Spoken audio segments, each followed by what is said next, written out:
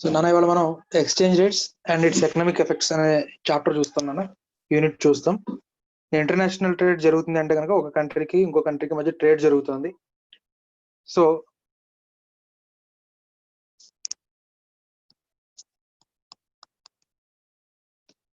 US నుంచి ఇండియాకి ఒక కన్సైన్మెంట్ బయలుదేరింది. రైట్, గూడ్స్ ఇండియాకి వస్తున్నాయి. ఇండియన్ ఇంపోర్టర్స్ ఎవరైతే ఉన్నారో వాళ్ళు ఇన్ రిటర్న్ వాళ్ళ దగ్గర రూపీస్ ఉంది. వినపడుతుందా?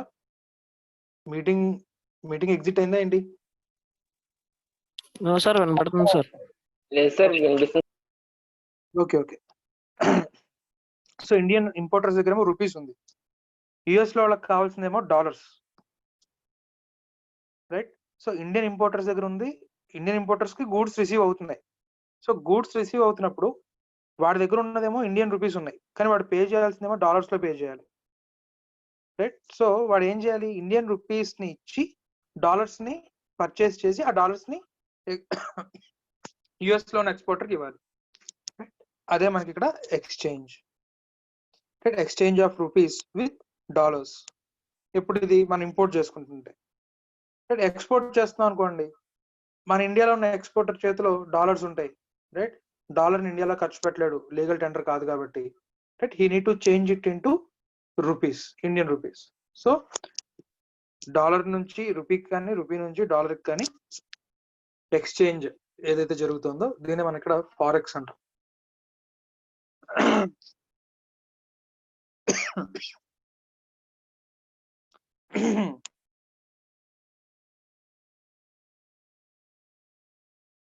సో ఇక్కడ మనకి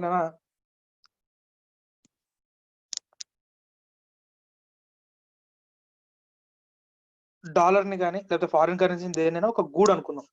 ఒక పెన్ లేకపోతే ఒక మొబైల్, ఇలా ఏదో ఒక గూడ్ అనుకుందాం. సో ఒక డాలర్ 60 రూపీస్ అని చెప్తున్నాం అనుకోండి. రైట్, ఇది మనం ఫారిన్ ఎక్స్చేంజ్ రేట్ ని రిప్రజెంట్ చేయడం. రైట్, అయితే దీన్ని ఎక్స్ప్రెస్ చేయడంలో రెండు రకాల ఎక్స్ప్రెషన్స్ ఉన్నాయి. ఒకటి డైరెక్ట్ కోట్, రెండు ఇండైరెక్ట్ కోట్.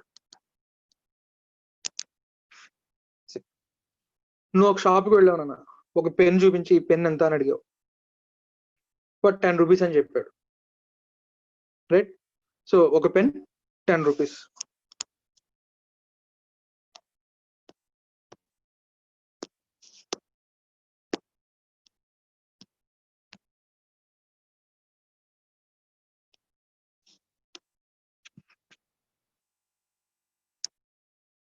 ఒక పెన్ను 10 రూపీస్.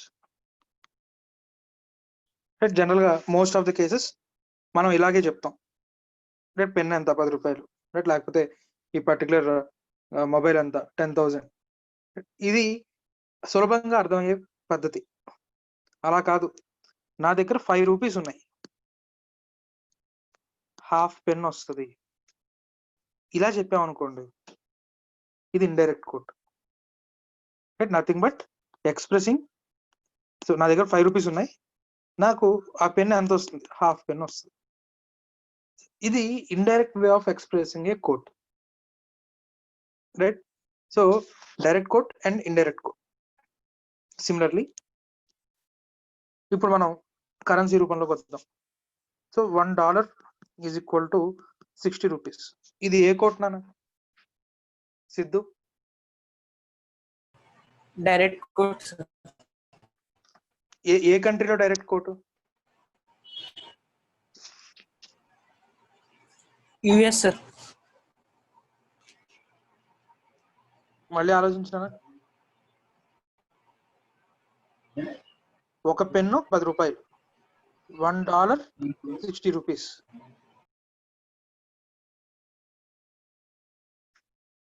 సో ఇది ఇండియాలో డైరెక్ట్ కోట్. ఇది రైట్, ఇది ఇండియాలో బేస్ కరెన్సీ.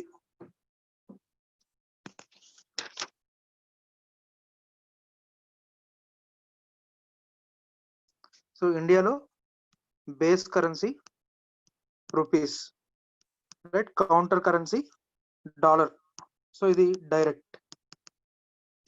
యుఎస్ లో base currency dollar, counter currency అక్కడ రూపీ అవుతుంది. అక్కడైతే కనుక ఇండైరెక్ట్ కోట్ అవుతుంది అన్న, రైట్. సో పోనీ ఇక్కడ మనం ఈ డైరెక్ట్ కోట్ ని ఇండైరెక్ట్ కోట్ గా మార్చొచ్చా?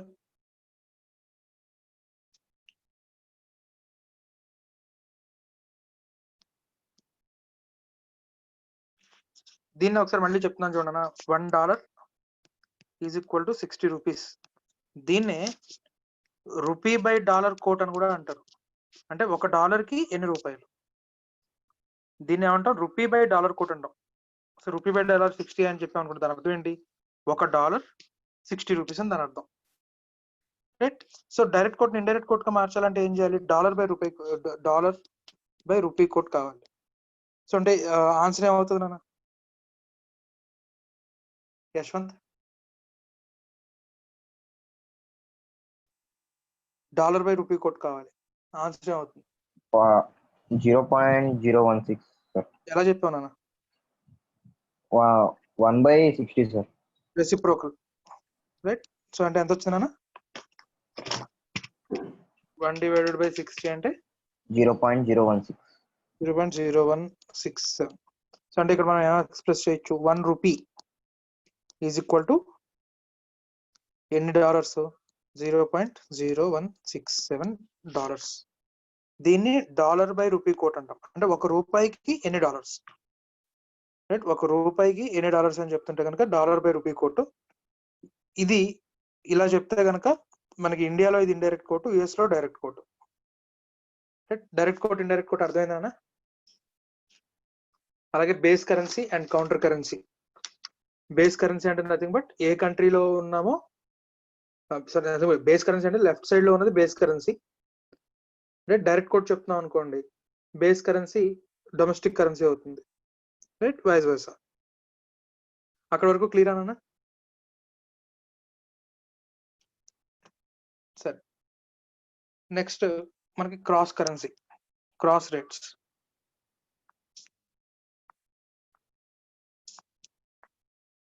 Given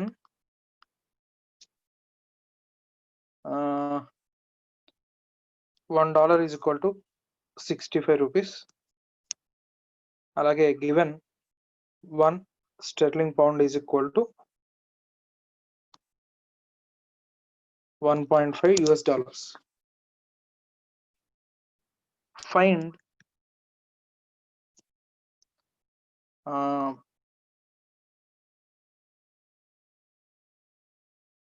£1 in rupees.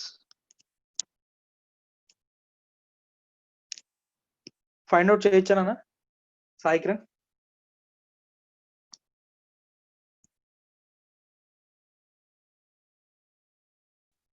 Sai Kiran ఉన్నావా? ఫైండ్ చేయొచ్చు అంటావా?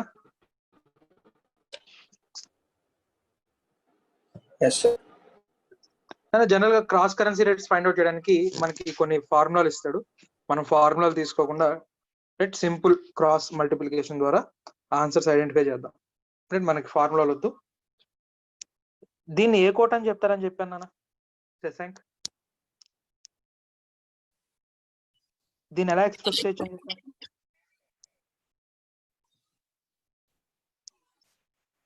ఇప్పుడు నేను అండర్లైన్ చేసింది ఎలా వినబడట్లా, క్లారిటీ లేదు. Anusha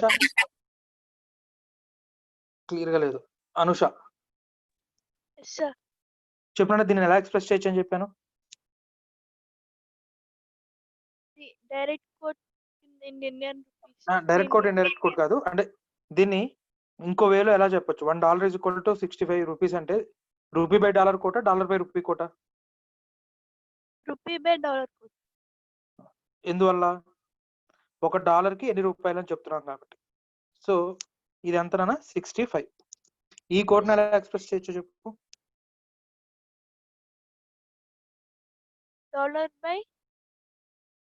dollar by pound 1.5. మనకు కావాల్సింది ఏంటి?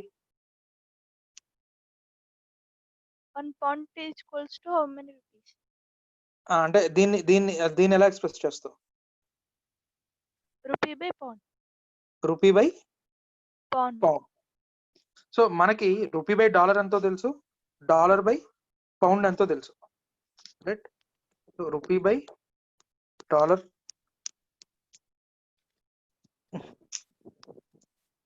అలాగే డాలర్ బై పౌండ్, ఈ రెండు వాల్యూస్ తెలుసు. మనకు కావాల్సింది రూపీ బై పౌండ్ కావాలి. సో ఇప్పుడు ఈ రెండింటిని ఏం చేద్దాం అన్న? డివైడెడ్ బై చేద్దాం, మల్టిప్లై చేద్దామా? Multiply. సో మల్టిప్లై చేస్తే dollar dollar cancel, rupee by dollar మనకు వచ్చింది. సో రూపీ బై డాలర్ ఎంత?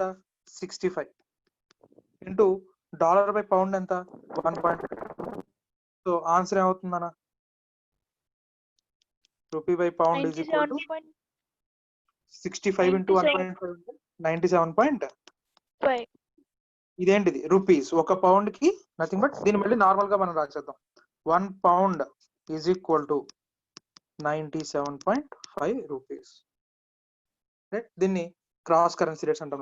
అంటే రెండు డిఫరెంట్ కంపారిజన్స్ ఇచ్చి, like $1 in rupees, 1 pound in dollars అని అట్లీస్ట్ రెండు కోడ్స్ మధ్యలో ఒక కామన్ కరెన్సీ ఉంటే కనుక మనం థర్డ్ కరెన్సీ రేట్ కూడా మనం ఐడెంటిఫై చేయొచ్చు.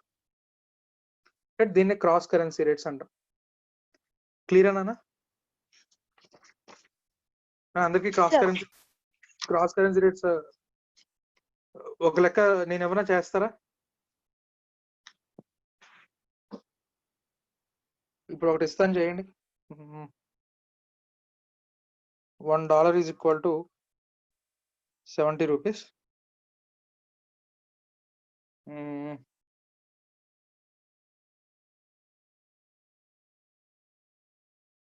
1 pound is equal to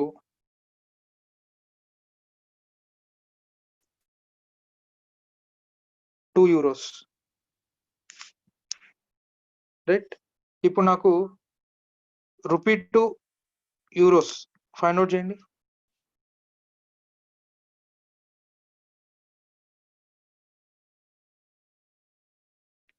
ఎంతసేపు? తొందరగా చెప్పాలి. 140. ఏనా వినబడలా?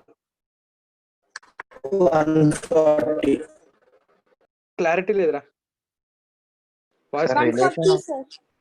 యూరోస్ ఎలా ఫైండ్ అవుట్ చేశారా బాబు? యూరోస్ యూరో ఇవ్వాలి. 4 different మరి 140 అని ఎలా చెప్పారు? అట్లీస్ట్ ఒక కామన్ కరెన్సీ ఉండాలని చెప్పాను కదా. Yes sir, 4 different currencies sir. మరి ఇప్పుడు మనం ఈ కోడ్ ఫైండ్ అవుట్ చేయగలవా? ఇచ్చిన ఇన్ఫర్మేషన్ సఫిషియంటా? No sir. So insufficient data find out చేయలేం. Cross currency rate find out చేయలేం. రైట్? సరే, ఇంకోటి ఇస్తాను. $1 is equal to 70 rupees. 1 pound is equal to $2. Find out pound by rupee.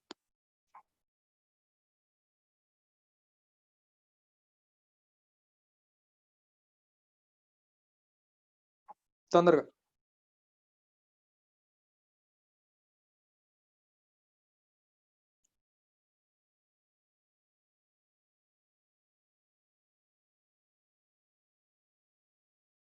.0071 sir. ఒక answer 0.0071. అదేంటిది? 1 rupees equal to 0.00171 pounds. Okay, right sir. Correct. అందరికీ అదే వచ్చిందనా? Yes sir, కరెక్టే sir. సరే, ఒక్కసారి నేను మళ్ళీ స్టెప్ బై స్టెప్ ఒకసారి మళ్ళీ చేస్తాను. So $1 is equal to rupees అంటే అది ఏ కోట్ నానా? Dollar by rupee quote. ఇదేం కోట్? ఇది మనకి 1 pound ఈజ్ ఈక్వల్ టు $, అంటే ఇది కూడా డాలర్ బై పౌండ్ కోట్. మనకు కావాల్సింది pound by rupee. So pound by rupee కావాలంటే ఓకే, దీన్ని మనం రెసిప్రోకల్ చేయాల్సిన అవసరం లేదు, ఇది యాజ్ ఇట్ ఈస్ గా తీసుకోవచ్చు.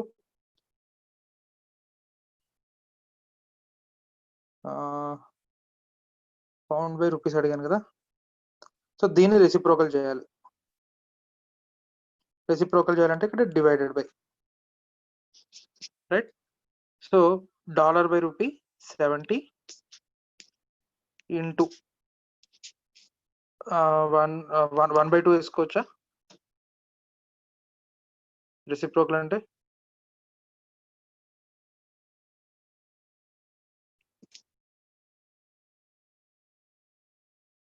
అంతేనా? ఇది డాలర్ బై రూపీ కొట్టేనా? ఇది ఒక రూపాయికి, సారీ ఇది రూపీ బై డాలర్ కొట్టు కదా, తప్పు చేస్తుంటే చెప్పలే ఎవరు. ఫస్ట్ అక్కడ రూపీ బై డాలర్ ఇంటూ అదే అదే డాలర్ బై నేను వేసుకున్న కోటే తప్పు కదా. Yes, sir. చెప్పాలి కదా.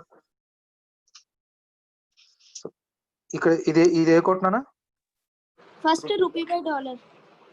రూపీ బై డాలర్, ఇదేమో డాలర్ బై పౌండ్. మనకు కావాల్సింది పౌండ్ బై రూపీస్. సో అంటే దీన్ని రెసిప్రోకల్ చేయాలి, ఇది యాజ్ ఇట్ ఈస్ గా ఉంచాలి. సో దీన్ని రెసిప్రోక్ చేద్దాం 1 డివైడ్ బై చేసి, అంటే nothing but 1 divided by 70 into ఇది యాజ్ ఇట్ ఈస్ గా తీసుకోవచ్చు 2, అంటే 2 డివైడెడ్ బై 70. ఏంటంత తేడా వచ్చింది అంటున్నాను నాకు మరి. 0.00 సార్ 1/70 into 1/2 సార్. 1/2. ఇది Yes, కూడా sir, 1/2 sir. డాలర్ మనకి కావాల్సింది కింద రూపీస్, పైన పౌండ్ కావాలి కాబట్టి దీన్ని కూడా రెసిప్రోకల్ చేయాలి. రెండింటిని రెసిప్రోకల్ చేస్తున్నాం. 1/70 into 1/2 0.0071, రైట్. సో ఇది క్రాస్ కరెన్సీ రేట్స్ ని ఐడెంటిఫై చేయడం వల్ల. Next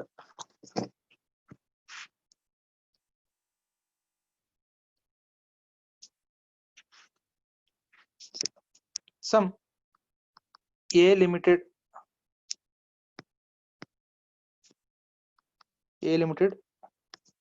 in India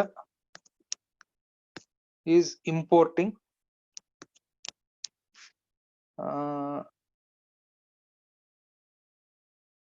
some supercomputer worth 1 crore. 1 crore rupees worth super computer import చేసుకుంటాం కదా. ఇది ఎక్కడి నుంచి వస్తుందంటే XINC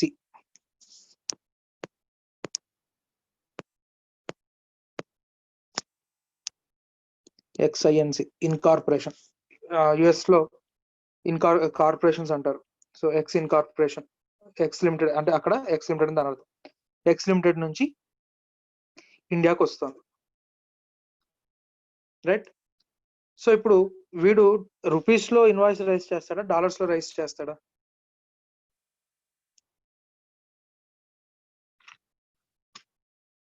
XINC invoice పంపించేటప్పుడు a limited కి ఇన్వాయిస్ డాలర్స్ లో పంపిస్తాడా, రూపీస్ లో పంపిస్తాడా నాన్న? గంగాధర్. Yes, sir. ఇన్వాయిస్ ఎలా వస్తుంది? డాలర్స్ లో. డాలర్స్ లో వస్తుంది. సో అంటే ఏ లిమిటెడ్ రూపీస్ ని ఏం చేయాలన్నా డాలర్స్ లో కన్వర్ట్ చేయాలంటే రూపీస్ ని ఏం చేయాలి? బై చేయాలా, సెల్ చేయాలా? సెల్ చేయాలి సార్. రూపీస్ ని సెల్ చేయాలి, డాలర్స్ ని ఏం చేయాలి? బై చేయాలి సార్. బై చేయాలి. మరి ఎక్కడి నుంచి బై చేస్తాడన్నా ఏ లిమిటెడ్? సరే ఏ సెల్ చేయాలి, రూపీస్ ని సెల్ చేయాలి, డాలర్స్ ని బై చేయాలి అన్నాడు కదా, ఎక్కడి నుంచి? Custodian of foreign exchange reserves ఎవరు? ఆర్బిఐ. మరి డైరెక్ట్ ఇప్పుడు ఆర్బీఐకి వెళ్తాడా?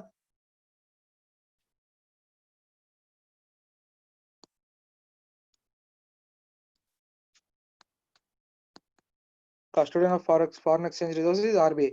మరి ఇప్పుడు ఆర్బీఐ దగ్గరికి పరిగెత్తాలా? ఆర్బీఐ ఏం చేస్తుందంటే నాన్న,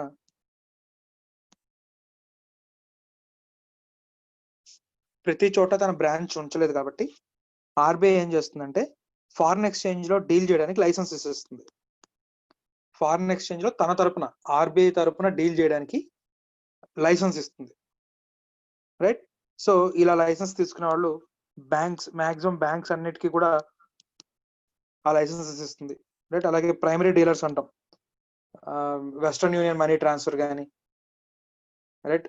ఇలాగా ఎవరైతే ఫారెన్ ఎక్స్చేంజ్ లో డీల్ చేయగలరో వాళ్ళకి లైసెన్స్ ఇస్తుంది, ప్రైమరీ డీలర్స్ అంటాం. సో బ్యాంక్స్, ప్రైమరీ డీలర్స్ ఏం చేస్తారు? They will deal in currencies, right? Nothing but intermediate first year అయిపోయిన తర్వాత బుక్స్ అన్నిటిని తీసుకెళ్లి పాత బుక్ షాప్ లో ఎలా అయితే అమ్మేస్తావు, ఆ కొనుక్కున్నవాడు ఏం చేస్తాడు? ఆ షాప్ లో వాడు దాన్ని మళ్ళీ ఇంకెవరికైనా అమ్ముతాడు. సో సిమిలర్లీ నువ్వు రూపీస్ ని సెల్ చేస్తున్నావు, డాలర్స్ ని పర్చేస్ చేస్తున్నావు, రైట్? వాడు డాలర్స్ నీకు ఎక్కడి నుంచో పర్చేస్ చేస్తుంటాడు నీకు సేల్ చేయడం కోసం. So they will, these primary dealers will deal in currency. Say for example, bank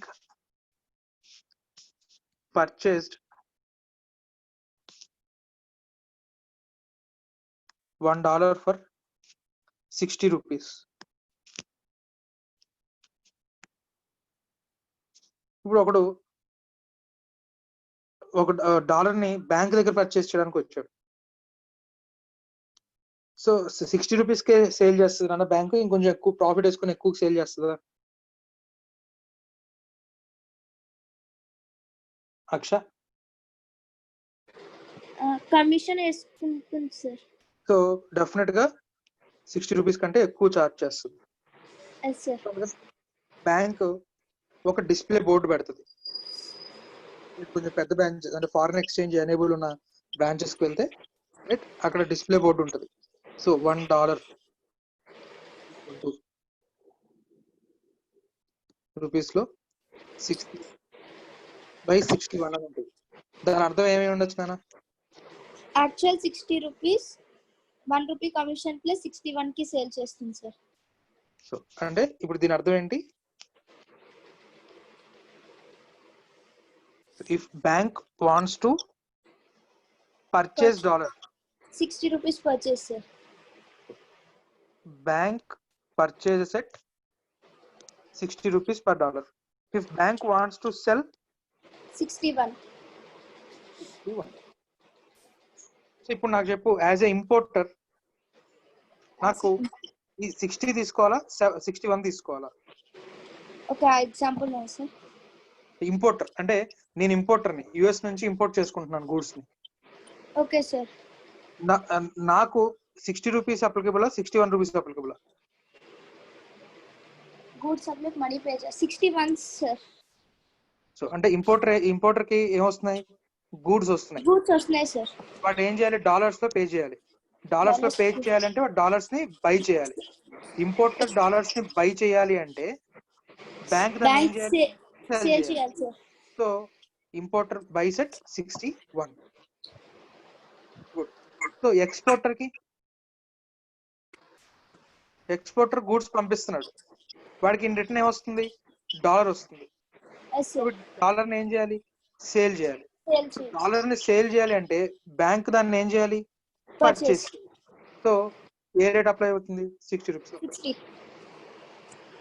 right. So ఇది buying rate and selling rate నా. సో ఒకవేళ బయింగ్ రేట్ సెల్లింగ్ రేట్ కి మధ్య ఎటువంటి డిఫరెన్స్ లేదనుకోండి, 60 ఉందనుకోండి, దీన్ని యూనిఫైడ్ రేట్ అంటాం.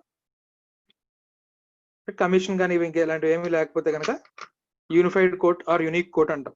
బయింగ్ రేట్ కి సెల్లింగ్ రేట్ కి డిఫరెన్స్ కనుక లేకపోతే దీన్ని యూనిఫైడ్ కోట్ అంటాం. ఇక్కడ వరకు క్లియర్ అన్నానా? నెక్స్ట్ టాపిక్ వెళ్దామా?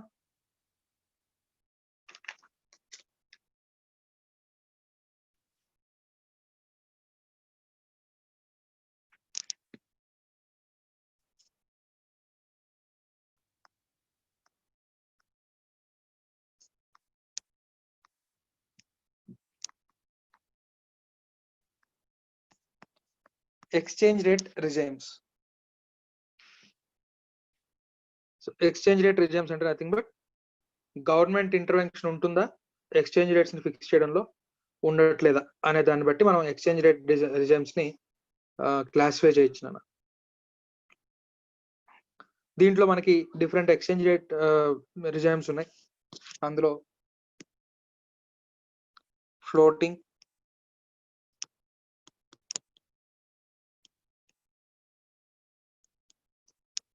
Fixed, others. అదర్స్ అంటే nothing but combination of floating and fixed. అంటే దీంట్లో మళ్ళీ రకాలు ఉన్నాయన్న. హార్డ్ పెగ్ అంటాం, సాఫ్ట్ పెగ్ అంటాం, రైట్? సో డిఫరెన్సెస్ ఉన్నాయి. సో ఒక్కసారి ఎక్స్చేంజ్ రేట్ రిజైమ్స్ ని చూసే ముందు అసలు మనకి ఫారిన్ ఎక్స్చేంజ్ రేట్స్ ఎలా డిటర్మైన్ చేస్తారో చూద్దాం. సో మీకు స్టార్టింగ్ లో ఈ క్లాస్ స్టార్టింగ్ లో చెప్పేటప్పుడే డాలర్ ని ఒక గూడ్ అనుకోండి. డాలర్ అంటే అది బట్ నేను డాలర్ అనే ప్రతిసారి కూడా ఒక అన్ని ఫారిన్ కరెన్సీస్ రిప్రజెంట్ చేస్తూ, రైట్? ఫారిన్ కరెన్సీని ఒక గూడ్ గా ట్రీట్ చేయండి. సో ఇది ప్రెసెంట్ ఇప్పుడు 60 రూపీస్ కి సేల్ అవుతుంది అనుకోండి. ఇది గూడ్, ఈ గూడ్ 60 రూపీస్ కి సేల్ అవుతుంది. ఒక వారం రోజుల తర్వాత అదే గూడు 65 రూపీస్ అయింది. దాని అర్థం ఏంటన్నా? ఆ గూడికి డిమాండ్ పెరిగిందా తగ్గిందా? అనూష? పెరిగింది. డిమాండ్ పెరిగింది. లేదా ఇంకేమై ఉండొచ్చు, పోనీ demand constant $1 is equal to 65 అయింది. ఇంకేమై ఉండొచ్చు?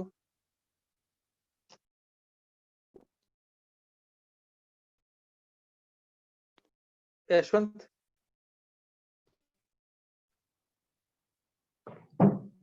డిమాండ్ మారలేదు అనుకుందాం, సప్లై చేంజ్ అవుతుంది. సప్లై చేంజ్ అయింది. ఎట్ సైడ్ చేంజ్ అయింది? డాలర్ పెరిగింది సార్. సో ఇది డాలర్ పక్కన, డాలర్ అనేది ఒక గూడ్ అనుకుందాం, ఒక పెన్. అది ఆ పెన్ ఒకప్పుడు 60 రూపీస్ అనేది ఇప్పుడు 65 రూపీస్ అయింది. డిమాండ్ అడిగితే సప్లై కాన్స్టెంట్, డిమాండ్ ఏమైందని చెప్పావు? 65 అయింది అంటే demand. So demand constant, supply ఏమైంది? తగ్గింది సార్. సప్లై తగ్గుంటే షార్టేజ్ వచ్చింది కాబట్టి రేట్ పెరిగి ఉండొచ్చు. సరే, డయాగ్రామ్ లో చూద్దాం, ఈజీ అవుతుంది. So this is demand for dollar. ఇది మనకి ఎక్స్చేంజ్ రేట్. ఇది నథింగ్ బట్ ఇక్కడ price, right? Price per dollar. ఇదేమో డిమాండ్ ఫర్ డాలర్, ఇదేమో సప్లై ఆఫ్ డాలర్. ప్రెసెంట్ ఇది ప్రైస్, ఎక్స్చేంజ్ రేట్ ఇలా ఫిక్స్ అయింది. నామినల్ ఎక్స్చేంజ్ రేట్ ఇలా ఫిక్స్ అయింది డిమాండ్ అండ్ సప్లై ఫ్యాక్టర్స్ వల్ల. ఇప్పుడు ఒకవేళ డిమాండ్ పెరిగింది అనుకోండి, డిమాండ్ పెరిగింది అనుకుందాం, D1 అయింది. ప్రైస్ ఏమైంది నాన్న? ప్రైస్ ఏమైంది? పెరిగింది. ఇక్కడ quantity of supply, right? So price పెరిగింది, P1 అయింది. సో డిమాండ్ ఎందుకు పెరుగుతుందో రీజన్స్ చెప్పగలరా? ఎలాంటి ట్రాన్సాక్షన్స్ వల్ల డిమాండ్ పెరుగుతుంది డాలర్ కి?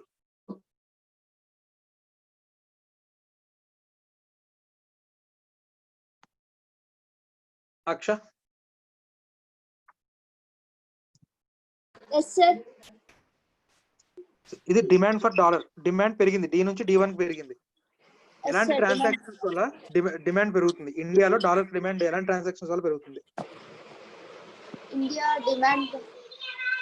ఇండియాలో డాలర్ కి ఇది ఏమైంది? డాలర్ రైట్ సైడ్ షిఫ్ట్ అయింది, D1 కి షిఫ్ట్ అయింది. డాలర్ కి డిమాండ్ పెరిగింది ఇండియాలో. ఎలాంటి రీజన్స్ వల్ల? ఇంపోర్ట్స్, ఇంకా ఇన్సెంటివ్స్ ఏవైనా ఇస్తే, ట్రాన్స్ఫర్ పేమెంట్స్ కానీ, గిఫ్ట్స్ కానీ. ఇండియాలో తాతగారు ఉన్నారు, వాళ్ళ మనవడు US లో ఉన్నాడు, మనవడు బర్త్డేకి డబ్బులు పంపించాడు. సో ఇక్కడ నుంచి రూపీస్ లో కన్వర్ట్ చేసి అక్కడ డాలర్స్ లో పే చేయాలి కాబట్టి అలాంటి గిఫ్ట్లు కానీ, డొనేషన్లు కానీ, రైట్? లేదా ఇన్వెస్ట్మెంట్స్. ఇండియన్స్ ఫారిన్ బాండ్స్ కానివ్వండి, అంటే యూఎస్ లో బాండ్స్ కానివ్వండి, సెక్యూరిటీస్ కానీ షేర్స్ కానీ కొన్నారనుకోండి, సో డిఫరెంట్ రీజన్స్ వల్ల డిమాండ్ పెరుగుండొచ్చు, రైట్. సో ఈ డిమాండ్ అండ్ సప్లై రేట్స్ అంటే కంప్లీట్ గా మార్కెట్ కనుక ప్రైసెస్ ని కనుక ఫిక్స్ చేస్తే ఎక్స్చేంజ్ రేట్స్ ని ఫ్లోటింగ్ రేట్ అంటాం. గవర్నమెంట్ ఇంటర్వెన్షన్ లేకుండా కంప్లీట్ గా మార్కెట్ రేట్స్ ని కనుక డిఫైన్ చేస్తే, nothing but demand and supply forces ద్వారా ఫిక్స్ చేస్తే అది ఫ్లోటింగ్. అలా కాకుండా ఎక్సెస్ డిమాండ్ వచ్చినప్పుడు ఆ ఎక్సెస్ డిమాండ్ ని ఎక్సెస్ డిమాండ్ కి తగ్గ సప్లై గవర్నమెంట్ ఇచ్చి ఎక్స్చేంజ్ రేట్ మారకుండా చూస్తుంది, లేదా డిమాండ్ తగ్గిపోయింది ఒకేసారి, సో ఎక్సెస్ సప్లైని గవర్నమెంట్ అబ్జర్వ్ చేసుకొని ఎక్స్చేంజ్ రేట్ మారనివ్వకుండా చూస్తుంది అనుకోండి, దాన్ని ఫిక్స్డ్ రిజైమ్ రేట్ అంటాం, ఫిక్స్డ్ రేట్ రిజైమ్ అంటాం.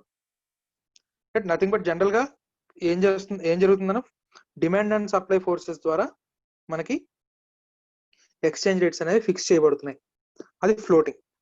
అసలు మార్కెట్ లోకి అసలు గవర్నమెంట్ ఇన్వాల్వ్ అవుతుంది, ఎక్స్చేంజ్ రేట్ ఏదైనా అవని, అప్రిషియేట్ అవని డిప్రిషియేట్ అవని, గవర్నమెంట్ కనుక తలదూర్చును అంటుంటే కనుక అది ఫ్లోటింగ్ రేట్ రిజైమ్, రైట్. అలా కాకుండా గవర్నమెంట్ ఆర్ సెంట్రల్ బ్యాంక్,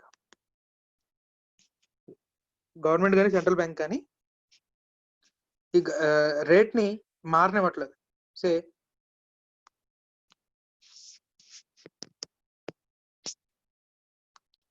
$1 60 ఇది నేను ఇంకా మారనివ్వను, ఇది ఫిక్స్డ్. ఇంకా 1993 ముందు మనకి ఫిక్స్డ్ రేట్ రిజైమ్ ఉండేది ఇండియాలో, రైట్. సో $1 = ₹60, దీన్ని నేను మారనివ్వను అని గవర్నమెంట్ డిసైడ్ అయింది అనుకోండి, ఒకవేళ డాలర్ కి డిమాండ్ పెరిగింది అనుకోండి, రూపీ ఏమవుతుంది, డిప్రిషియేట్ అవుతుంది. డిప్రిషియేట్ అవనివ్వకుండా, so in case demand increased for dollar కి డిమాండ్ ఇంక్రీజ్ అయింది, డిమాండ్ కి తగ్గ సప్లై పెరగలేదు అనుకోండి, ప్రైస్ ఏమవుతుంది, పెరుగుతుంది. సో అలా కాకుండా డాలర్ సప్లై పెంచుతుంది గవర్నమెంట్. డాలర్ సప్లై పెంచాలంటే గవర్నమెంట్ ఏం చేయాలన్న డాలర్ ని, అనూష?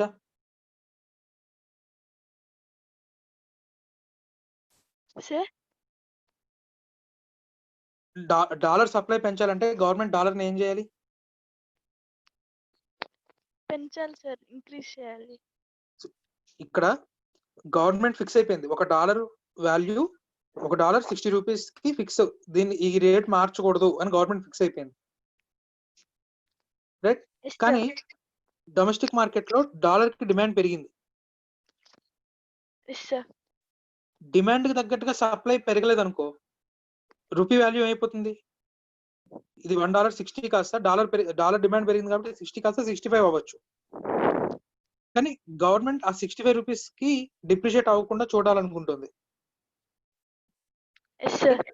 అలా కాకుండా ఉండాలంటే గవర్నమెంట్ డాలర్ సప్లైని పెంచాలా తగ్గించాలా? పెంచాలి సార్. డాలర్ సప్లై పెంచాలంటే గవర్నమెంట్ డాలర్ ని బై చేయాలా సెల్ చేయాలా మార్కెట్ లో, ఓపెన్ మార్కెట్ లో? సెల్ చేయాలి sir. Government cell dollars in the open market. ఎప్పటి వరకు సేల్ చేస్తుంది? ఆ ₹60 కి వచ్చేదాకా కూడా గవర్నమెంట్ డాలర్ ని సేల్ చేసుకుంటూ వెళ్తుంది, రైట్. ఓకే, ఇది case A. Case below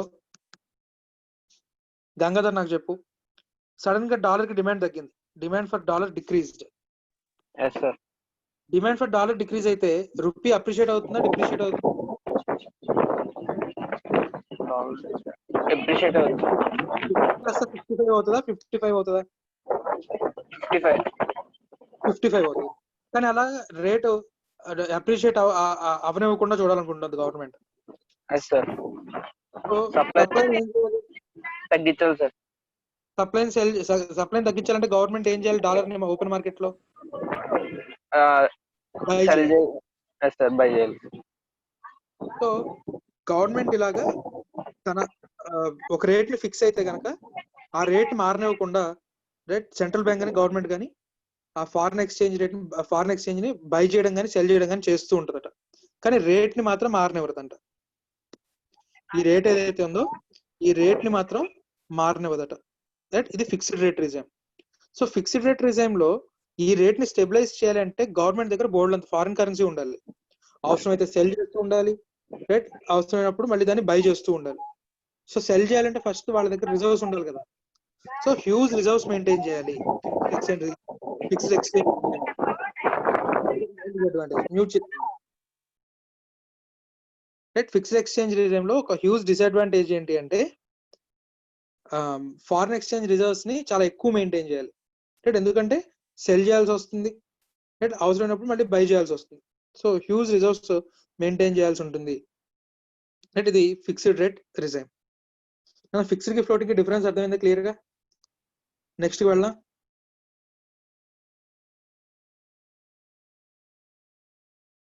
Anusha, sir. Fixed కి ఫ్లోటింగ్ కి డిఫరెన్స్ అర్థమైందన్న? Yes sir. Floating rate regime లో అంటే ఒకవేళ ఏదైనా country floating rate regime follow అవుతుంది అనుకో, వాళ్ళు ఫారిన్ ఎక్స్చేంజ్ రిజర్వ్స్ మెయింటైన్ చేయాలా అవసరం లేదా? No sir. ఎందుకంటే రేట్ ని స్టెబిలైజ్ చేయాల్సిన బాధ్యత తీసుకోలేదు వాళ్ళు. ఓకే, మార్కెట్ లో ఇష్టం, డిమాండ్ సప్లై ఫోర్సెస్ వదిలేస్తున్నాను, ఎలా అయినా ఉన్నాయి అని చెప్పి వదిలేసింది. కాబట్టి వాళ్ళకి ఫారిన్ ఎక్స్చేంజ్ రిజర్వ్స్ మెయింటైన్ చేయాల్సిన అవసరం లేదు, రైట్. సరే, ఓకే, డన్. నెక్స్ట్ మ్యూట్ చేసినా. అదర్ రిజైమ్ రేట్స్ లోకి వెళ్దాం.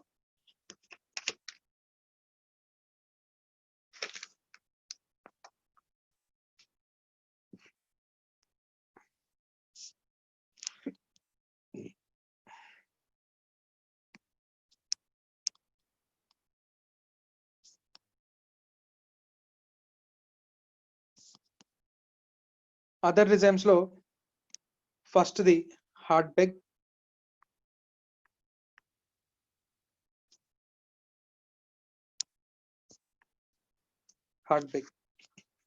దీంట్లో డాలరైజేషన్, కరెన్సీ బోర్డ్ అని మళ్ళీ రెండు రకాలు.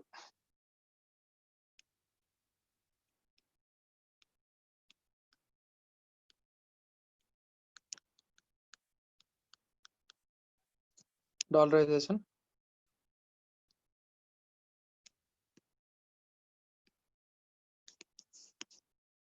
ఇక్కడ చాలా క్లియర్ గా ఒక నోట్ చెప్తున్నాను, గుర్తుపెట్టుకోండి. పేరులో డాలర్ ఉన్నంత మాత్రాన డాలర్ కి ఈ టర్మ్ కి సంబంధం లేదు, రైట్. ఖచ్చితంగా డాలర్ కి ట్రాన్సాక్షన్ కి సంబంధం ఉండాలని ఏం లేదు. సో డాలరైజేషన్ అంటే nothing but accepting other countries currency as it's legal tender. ఇంకా ఆ కంట్రీకి ఓన్ కరెన్సీ ఉండదు. పక్క కంట్రీ ఏదైతే వేరే కంట్రీ ఏ కంట్రీ కరెన్సీ అయితే యాక్సెప్ట్ చేస్తుందో, రైట్, ఆ కంట్రీ సంబంధించిన లీగల్ టెండర్ ఏదైతే ఉందో దాన్ని యాక్సెప్ట్ చేస్తుంటే దాన్ని డాలరైజేషన్ అంటాం, రైట్. సో ఇప్పుడు ఇక్కడ ఎగ్జాంపుల్ లో ఒకటి జింబాబ్వేలోనైనా ఒకప్పుడు బాగా ఎక్కువ ఇన్ఫ్లేషన్ వచ్చి వాళ్ళ కరెన్సీ వాల్యూ చాలా దారుణంగా పడిపోయింది. చివరికి ₹1,00,000 నోట్ కూడా ప్రింట్ చేసుకోవాల్సి వచ్చింది వాళ్ళు. సో జింబాబ్వేలో లీగల్ టెండర్ US డాలర్స్, అంటే యుఎస్ కరెన్సీ నోట్స్ జింబాబ్వేలో యాసిస్ గా యూజ్ చేస్తారు. ఇంకా వాళ్ళకి ఓన్ కరెన్సీ అంటూ ఏమీ లేదు. ఇక్కడ మనకి డాలర్ ఇన్వాల్వ్ అయి ఉంది కాబట్టి, రైట్, ఈ ఎగ్జాంపుల్ కి డాలరైజేషన్ కి నీకు రిజంబ్లెన్స్ ఉంది. ఇలా కాకుండా ఒకవేళ పౌండ్స్ ని తీసుకున్నా, జింబాబ్వే పౌండ్స్ ని తీసుకొని ఉన్నా, లేకపోతే యూరోస్ ని తీసుకొని ఉన్నా కూడా, రైట్, ఆ కాన్సెప్ట్ ని డాలరైజేషన్ అనే అంటాం, రైట్. డాలరైజేషన్ అంటే nothing but using other countries currency as legal tender and depriving its own legal currency, right. ఆ కంట్రీకి తన ఓన్ లీగల్ కరెన్సీ లేదు, it is accepting other countries currency as legal tender. దీన్ని మనం dollarisation అంటాం. So ఈ dollarisation లో ఇంకేముంది, జింబాబ్వేలో ఇంకా వాళ్ళ ఓన్ కరెన్సీ లేదు, రైట్. సో US డాలర్స్ ఇక్కడ యాక్సెప్ట్ చేయడం మొదలు పెట్టారు. సో ఇప్పుడు జింబాబ్వేలో monetary policy,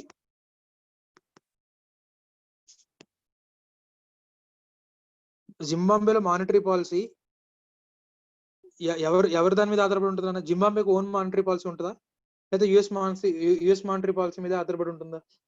Shashank, US monetary policy sir. US monetary policy. ఒకవేళ Yes, sir. US expansionary monetary policy తీసుకొచ్చింది అనుకోండి, జింబాబ్వేలో కూడా Expansion money. Right. So expansion contracts Yes, sir. Completely depends on US Fed reserve, Yes, sir. Yes, sir. Right, federal reserve. Right, ఇది dollarisation.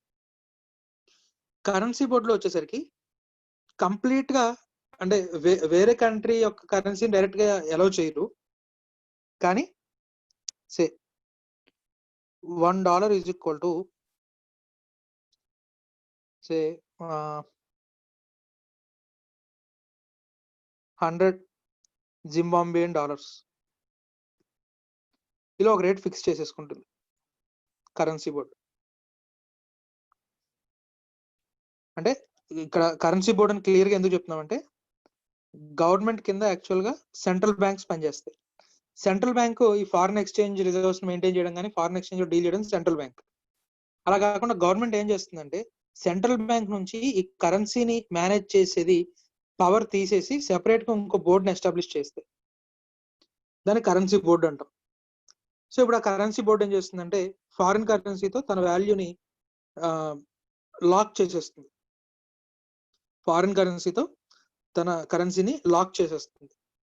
So ఇప్పుడు ఈ rate ప్రకారం వేరే కంట్రీతో, సో ఇప్పుడు జింబాబ్వే ఇండియాతో ట్రేడ్ చేయాలనుకోండి, right, dollar rupee already $1 is equal to 60 rupees ఈ కోట్ ఉంది కదా. ఇప్పుడు దీని ద్వారా జింబాబ్వేయన్ డాలర్స్ ఎంతో ఫైండ్ అవుట్ చేయొచ్చుగా క్రాస్ కరెన్సీ రేట్స్ లో. సో అలాగా ఒక కంట్రీ తనకంటే డెవలప్డ్ కంట్రీ లేదా స్ట్రాంగ్ మనీ ఏదైతే ఉందో దాంతో లాక్ చేస్తుంది వాల్యూని. ఇప్పుడు ఆ వాల్యూ ద్వారా వేరే కంట్రీతో ట్రేడ్ చేస్తున్నప్పుడు ఆ ట్రేడ్ ఎక్స్చేంజ్ ఎలా జరగాలి అనేది డిసైడ్ చేస్తుంది. ఎందుకంటే ప్రతి కరెన్సీతో లాక్ చేయడం కష్టం, రైట్. కాబట్టి డాలర్ లాక్ చేసుకున్నాం అనుకోండి, సో డాలర్ తో మాక్సిమం, సో ఇప్పుడు చూడండి ఏ కంట్రీ అయినా సరే యూస్ తో మాక్సిమం ట్రేడ్ చేయాల్సిందే. సో ప్రతి కంట్రీతో ఎక్స్చేంజ్ రేట్స్ ఆల్రెడీ రెడీగా మార్కెట్ లో అవైలబుల్ గా ఉంటాయి.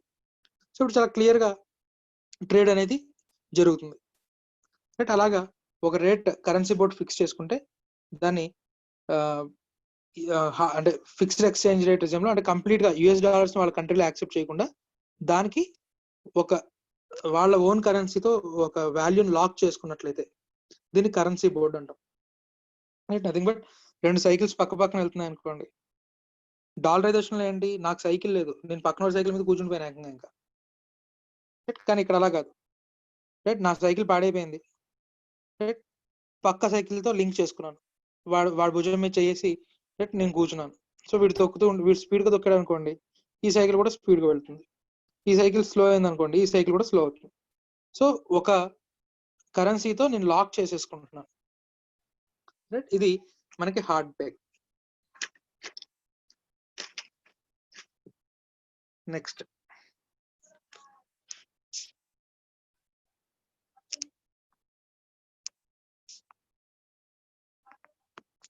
Soft peg.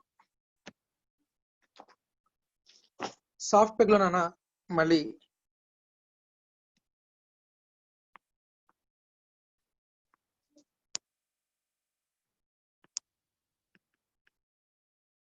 Conventional peg, pegged exchange rates with horizontal bands.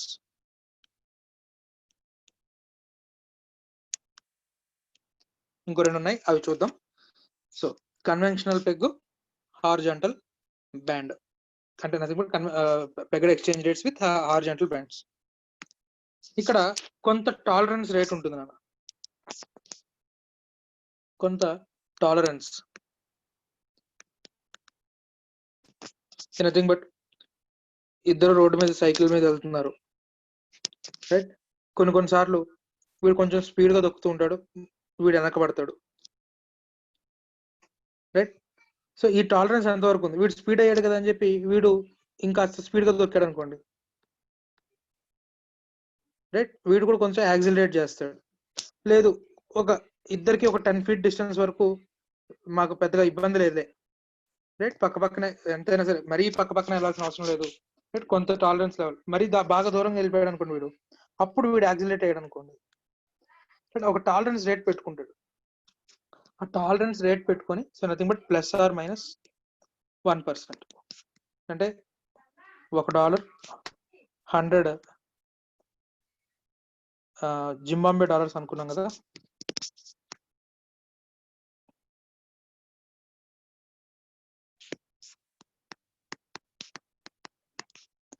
$100 అనుకున్నాం.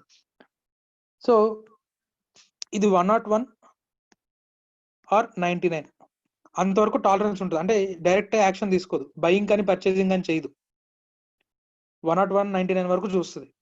చూసి అంతకంటే డిప్రిషియేట్ అయినా లేదా అంతకంటే ఎప్రిషియేట్ అయినా అప్పుడు మార్కెట్లోకి దిగి బై చేయడం సెల్ చేయడం చేస్తుంది.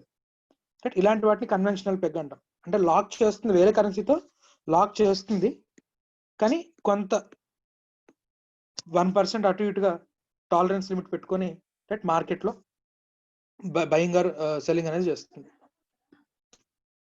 ఇది మోర్ దాన్ +or- 1% వరకు కూడా టాలరెన్స్ రేట్ ఉంటే హారిజాంటల్ బ్యాండ్స్. ఇది less than up to less than or equal to 1% వరకు టాలరెన్స్ లిమిట్ ఉంటే కన్వెన్షనల్ పెగ్. రైట్, 1% కంటే ఎక్కువ కనుక టాలరెన్స్ పర్సంటేజ్ రేట్ ఉంటే కనుక అది హారిజాంటల్ బ్యాండ్. అని అర్థమైందా శశాంక్? సార్ అర్థమైందా అన్న? అర్థమైంది sir. Next crawling peg.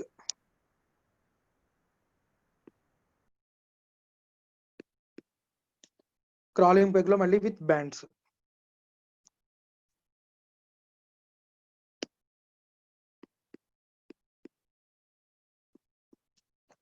Crawling peg లో మళ్ళీ క్రాలింగ్ బ్యాండ్స్. దీంట్లో ఏంటంటే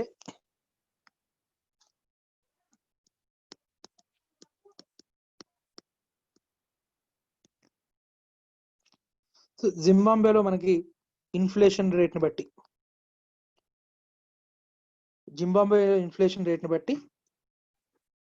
ఈ ఎక్స్చేంజ్ రేట్స్ ని మార్చుకుంటుంటే దాన్ని క్రాలింగ్ పెగ్ అంటాం. సో అంటే అప్ టు కొంత ఇన్ఫ్లేషన్ వరకు పెద్దగా రేట్ని ఏమి మార్చరు, అలాగే ఫాలో అవుతారు. ఒక లెవెల్ని దాటి కనుక ఇన్ఫ్లేషన్ పెరిగితే అప్పుడు ఎక్స్చేంజ్ రేట్ని మాడిఫై చేస్తారు. ఆ టాలరెన్స్ లిమిట్ తక్కువ ఉంటే క్రాలింగ్ పెగ్ అంటాము. ఆ టాలరెన్స్ లిమిట్ ఎక్కువ ఉంటే కనుక క్రాలింగ్ బ్యాండ్స్ అంటాం. రైట్, ఇన్ఫ్లేషన్ కి upper control limit, lower control limit పెట్టుకొని ఈ మధ్యలో ఎక్స్చేంజ్ రేటు మారినా కూడా అంటే కొంతవరకు ఫ్లోటింగ్ అలౌ చేస్తున్నారు. ఒకవేళ ఈ అప్పర్ లిమిట్ దాటింది అనుకోండి మళ్ళీ యాక్షన్ తీసుకుంటారు, లేదా ఈ లోవర్ లిమిట్ కంటే తగ్గింది అనుకోండి మళ్ళీ యాక్షన్ తీసుకుంటారు. రైట్, సో ఇక్కడ ఈ అప్పర్ కంట్రోల్ లిమిట్ కి లోవర్ కంట్రోల్ లిమిట్ కి గ్యాప్ తక్కువ ఉంది అనుకోండి, ఇది క్రాలింగ్ పెగ్. ఆ గ్యాప్ ఎక్కువ ఉంటే కనుక అప్పర్ కంట్రోల్ లిమిట్ కి లోవర్ కంట్రోల్ లిమిట్ కి ఎక్కువ గ్యాప్ ఉంటే కనుక అది మనకి మన క్రాలింగ్ బ్యాండ్స్ అంటాం. నెక్స్ట్ ఫ్లోటింగ్ రేట్ రిజైమ్ లో ఫ్రీ ఫ్లోటింగ్ అంటే అసలు మార్కెట్ లో రేట్ ఏమైపోయినా పర్లేదు అసలు నేను పట్టించుకోను అనేది ఫ్రీ ఫ్లోటింగ్. యుఎస్ఏ కానీ జపాన్ కానీ రైట్, ఆ ఫ్రీ ఫ్లోటింగ్ కి ఎగ్జాంపుల్. ఎప్రిషియేట్ అయినా డిప్రిషియేట్ అయినా పట్టించుకో. ఇండియాలో ఫ్రీ ఫ్లోటింగ్ ఉంది, ఓన్లీ కరెంట్ అకౌంట్ ట్రాన్సాక్షన్స్ వరకు ఫ్రీ ఫ్లోటింగ్ ఉంది, కానీ గవర్నమెంట్ ఆర్బీఐ ఇన్వాల్వ్ అవుతుంది. రైట్, ఆర్బీఐ ఇన్వాల్వ్ అవుతుంది. ఎందుకు ఇన్వాల్వ్ అవుతుంది అనేది ఒక్కసారి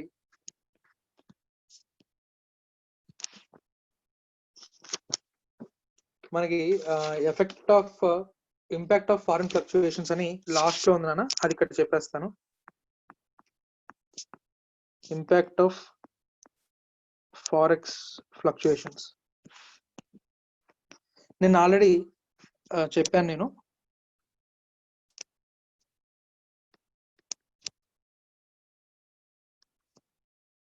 ₹60.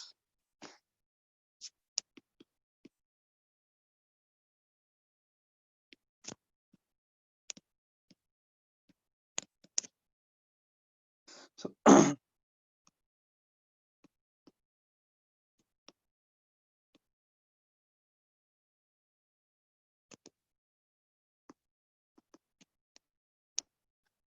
$65 అయింది, $55 అయింది.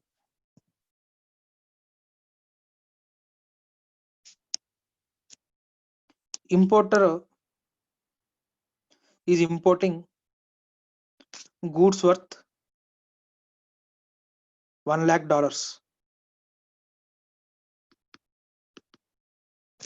Exporter exporting goods worth 10 lakhs rupees.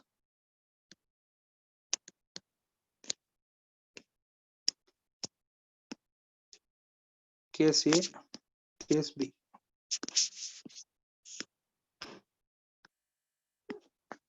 ఒక్కొక్కరిని అడుగుతాను చెప్పండి అన్న. ఇంపోర్టర్ $1 lakh గూడ్స్ ఇంపోర్ట్ చేసుకుంటున్నాడు, రైట్? యశ్వంత్, సార్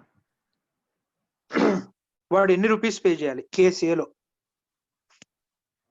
అంటే ఫస్ట్ అసలు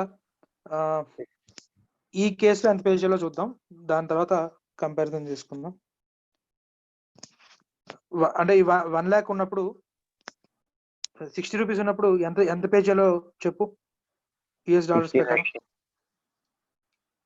$1 60 రూపీస్ కాబట్టి వీడికి కావాల్సింది $1 lakh కాబట్టి ఎంత నాన్న? 60 lakhs. 60 lakh rupees. 60 lakhs. వీడికి వీడేమో exports 10 lakhs rupees worth goods export చేస్తున్నాడు. ఎంత చార్జ్ చేస్తాడు డాలర్స్ రూపంలో?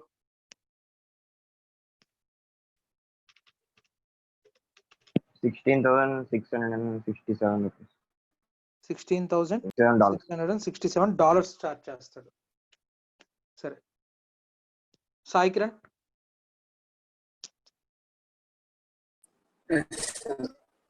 ఇప్పుడు కేసు ఏలో రూపీ వాల్యూ ఏమైంది నాన్న? 60 నుంచి 65కి ఏమైంది? అది డిప్రిషియేట్ అయింది. సో డిప్రిషియేట్ అయింది కాబట్టి ఇప్పుడు వీడు ఇంపోర్ట్ చేసుకున్నప్పుడు ఎన్ని డాలర్స్ కావాల్సి వస్తుంది వీడికి? $1 lakh వర్త్ గూడ్స్ ఇంపోర్ట్ చేసుకుంటున్నాడు, ఎన్ని రూపీస్ వీడు పే చేయాలి? 65 lakhs. 65 lakhs. So rupee depreciate అయితే ఇంపోర్ట్స్ కాస్ట్లీర్ అయ్యాయా, చీపర్ అయ్యాయా? Costly. కాస్ట్లీ. సరే నెక్స్ట్ యశ్వంత్ కాదు Anusha, Yes, sir. Case below 60 కాస్త 55 రూపీస్ అయింది. రూపీ అప్రిషియేట్ అయినట్టు డిప్రిషియేట్ అయినట్ట? Depreciate అయింది సార్. ఏమైంది నాన్న? Depreciate అయింది. డిప్రిషియేటా? Yes, sir. ఒకప్పుడు 55 lakhs. $1 కొట్టడానికి 60 మంది కావాలి, ఇప్పుడు $1 కొట్టడానికి 55 మంది కావాలి. ఎవరు స్ట్రాంగ్ అయినట్టు?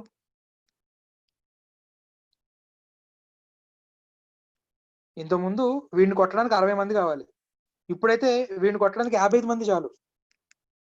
వీడు స్ట్రాంగ్ అయినట్ట, వీడు స్ట్రాంగ్ అయినట్ట? Rupee strong అయింది. రూపీ స్ట్రాంగ్ అయితే దాని అర్థం ఏంటి? రూపీ ఏమైంది? Depreciate అయింది సార్. అప్రిషియేట్ అయింది. Yes, sir. So rupee appreciate అయింది. సో ఇప్పుడు వీడికి ఎన్ని రూపీస్ పే చేస్తే చాలు?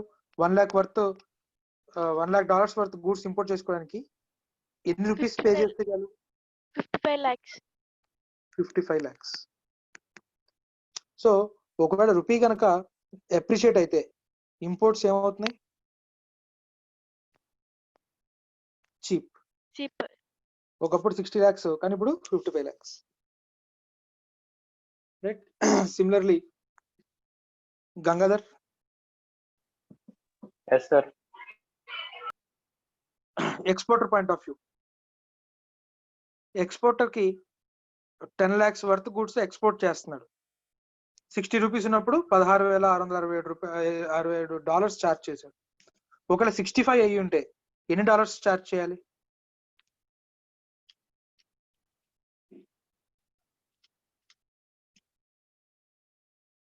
Rupee depreciate 15,384.6. 85 పోనీ. ఓకే. సో రూపీ అప్రిషియేట్ అయినప్పుడు ఎక్స్పోర్ట్స్ ఏమయ్యాయి? తగ్గాయి సార్. ఒకప్పుడు ఎంత చార్జ్ చేసావు? $16,000 చార్జ్ చేసావు. ఇప్పుడు ఎంత చార్జ్ చేస్తున్నావు? 15,000. $15,385 చార్జ్ చేస్తున్నావు. అంటే చీప్ అయిందా కాస్ట్లీ అయిందా? చీప్. ఎక్స్పోర్ట్స్ చీప్ అయ్యాయి. Yes sir. Aksha yes sir. ఇక్కడ డాలర్స్ ఎంత చెప్పు? 18,181. 18,181. సో ఎక్స్పోర్ట్స్ ఏమయ్యాయి? కాస్ట్లీ. ఇప్పుడు ఒక్కొక్క రిలేషన్ చెప్తురు కన్నా. Anusha yes sir. So imports costly అయ్యాయి కాబట్టి డిమాండ్ ఫర్ ఫారిన్ గూడ్స్ ఏమవుతుంది? పెరుగుతుంది సార్. ఇంపోర్ట్స్ కాస్ట్లీ అయ్యాయి అంటే డిక్రీజ్ అవుతుంది సార్. ఏమవుతుంది? Decrease. Demand for domestic goods ఏమవుతుంది? ఇంక్రీజ్ అవుతుంది సార్. ఇంక్రీజ్ అవుతుంది. And vice versa. Next Siddhu. Yes sir. Rupee appreciate అయింది, రూపీ డిప్రిషియేట్ అయింది, ఎక్స్పోర్ట్స్ చీప్ అయ్యాయి కాబట్టి డిమాండ్ ఫర్ డొమెస్టిక్ ఫారిన్ లో మన గూడ్స్ యొక్క డిమాండ్ ఏమవుతుంది? Demand for domestic goods in foreign ఏమవుతుంది? నథింగ్ బట్ ఎక్స్పోర్ట్స్ ఏమవుతాయి? ఎక్స్పోర్ట్స్ పెరుగుతాయా తగ్గుతాయా? ఏమవుతాయన్నా? పెరుగుతాయి. ఎక్స్పోర్ట్స్ పెరుగుతున్నాయి. ఎక్స్పోర్ట్స్ ఇంక్రీజ్ అవుతుంది. మ్యూట్ చేసే డిస్టర్బెన్స్ ఎక్కువ ఉంది.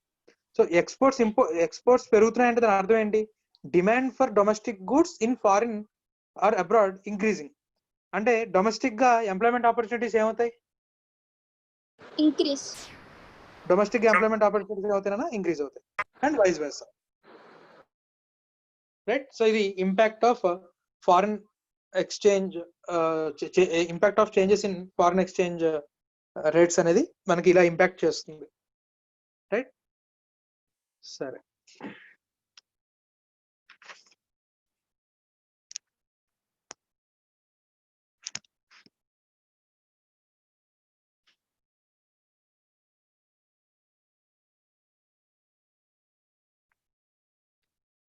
Next topic changes.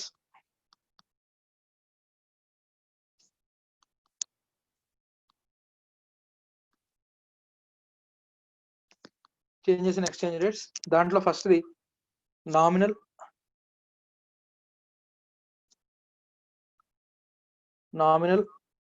And real exchange rates. Nominal exchange rate అంటే ఇప్పటి వరకు మనం చెప్పుకున్నాం, $1 ఈజ్ ఈక్వల్ టు 60 రూపీస్. ఇవైతే ఉన్నాయో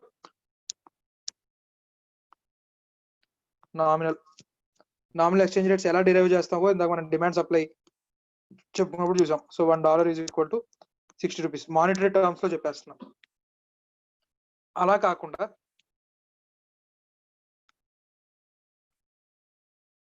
real exchange rate are RER అంటాం నాన్న. ఇది జనరల్ గా ఇండియా నుంచి కొత్తగా యుఎస్ కో లేకపోతే జపాన్ కో వెళ్ళినప్పుడు ప్రతి ఒక్కళ్ళు కంపేర్ చేసుకుంటారు కదా.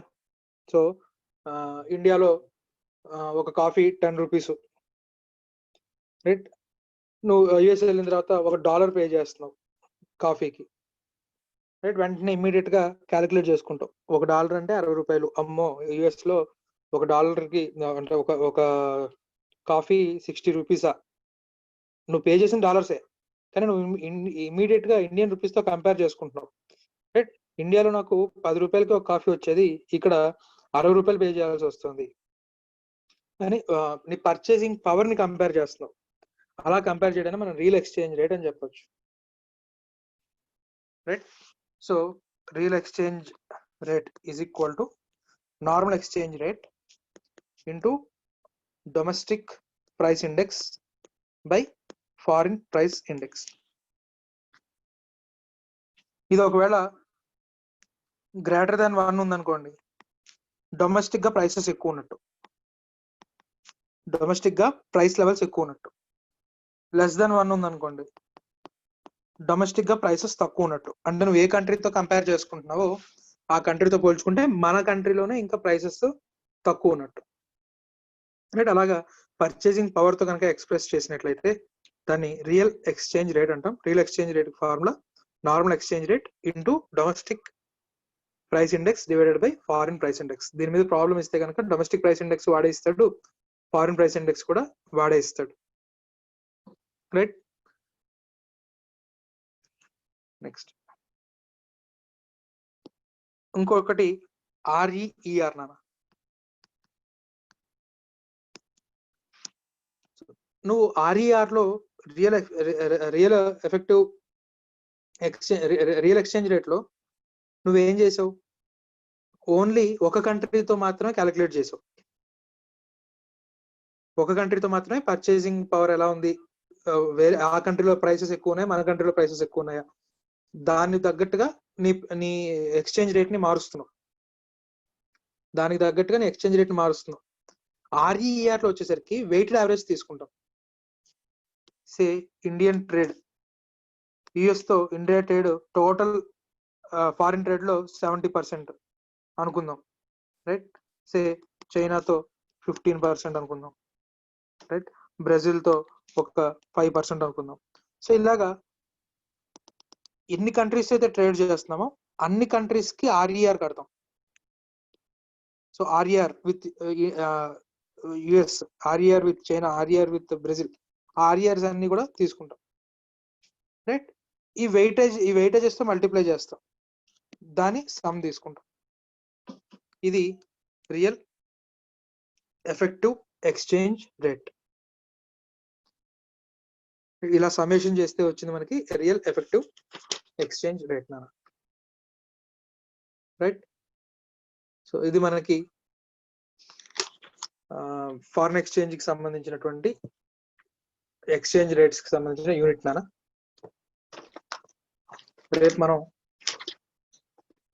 ఇంటర్నేషనల్ క్యాపిటల్ మూవ్మెంట్స్ చెప్పుకుంటే EFF కంప్లీట్ గా అయిపోయినట్టే. ట్రేడ్ నెగోషియేషన్స్ మిమ్మల్ని చదవమని చెప్పాను. ట్రేడ్ నెగోషియేషన్స్ చదవండి. సో అక్కడతో మనకి సిలబస్ కంప్లీట్ అయిపోయినట్లు. నెక్స్ట్ క్లాస్ టైం అయిపోయినట్టుంది. ఓకే, సైన్ అవుట్ చేయొచ్చానా? డౌట్స్ ఏమైనా ఉన్నాయా?